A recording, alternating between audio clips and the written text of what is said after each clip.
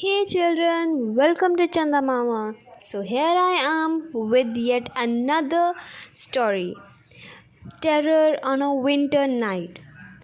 Thousands of years ago, there was a beautiful and peaceful town in China. The people of this town were hardworking. After work, they would gather every evening to relax and narrate stories.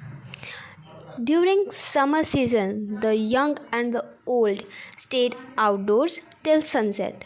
It was fun and frolic.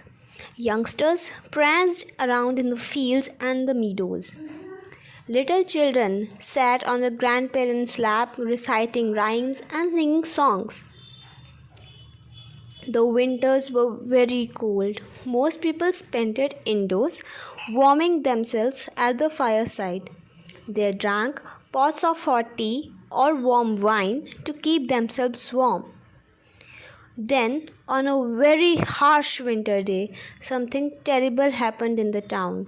It happened in the only inn in the town which was full. Ah, how this hot tea revives one in this cold winter.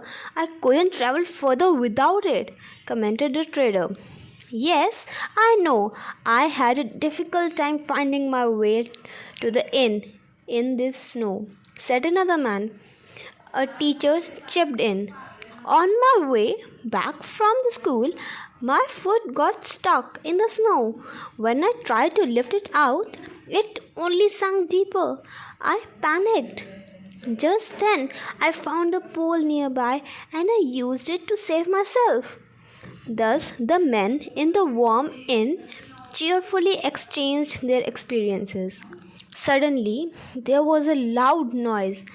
Before they knew what was happening, a huge, monstrous looking beast crashed into the inn. It fell on the chatting man and killed all of them before they could even take a good look at it. Only young boy survived the attack. He had been so frightened on seeing the monster that he had fainted and fallen off the chair. As he had landed under the table, the monster had not noticed him. The entire town was terrified by this incident. The people grew bitter and angry at the loss of so many dear ones. They set up search parties to catch the monster, whom they called the Neon.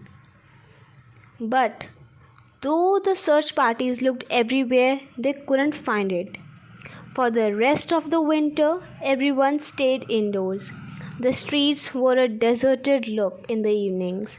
The door and windows of all the houses remained firmly closed and locked from inside. Spring came and they jerked the town back to life.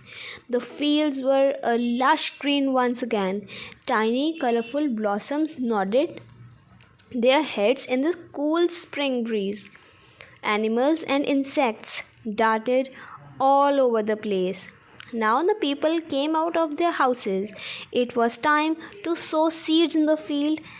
As time passed, the people forgot all about the monster and resumed their daily routine. When winter came next with snow and blizzards, once again the inn in the town was full of people who had gathered for a little warmth and cheer. But alas, once again disaster struck the town. The monster came and killed everyone in the inn, all that is, except one man. He confirmed that the monster he had seen that day was the same as one described by the boy the previous year. The town was now burning with anger. We must do something about this. We can't allow a monster kill our peoples year after year, said the headman. The people went to the wise men for the advice.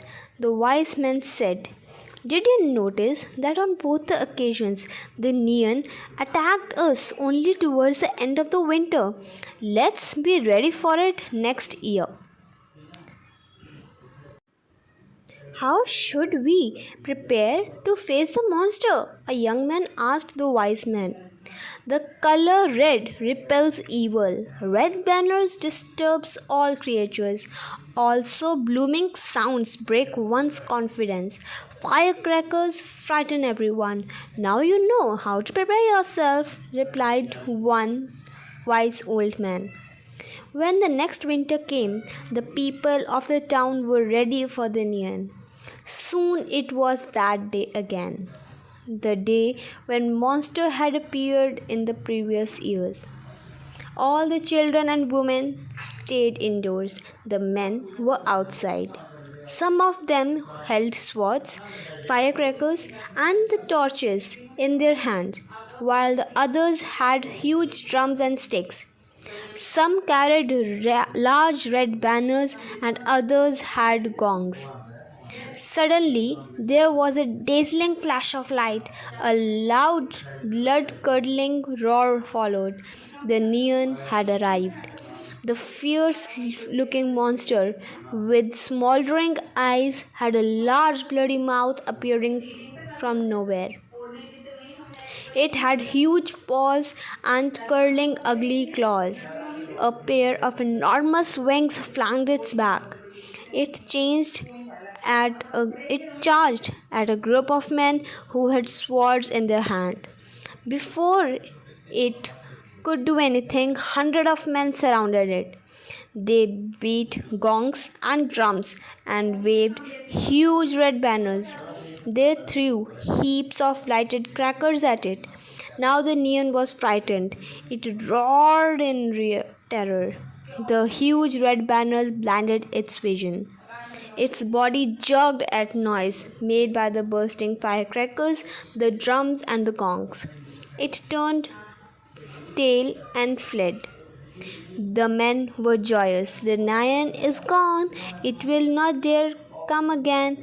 This is the beginning of a new era. Let's celebrate, announced the headman. This was the first ever New Year that the Chinese had celebrated. The people celebrated their newfound freedom from fear with enthusiasm. They visited each other, exchanged gifts, staged play, and enjoyed great feasts. Thank you. Uh, and keep listening to Chandamama.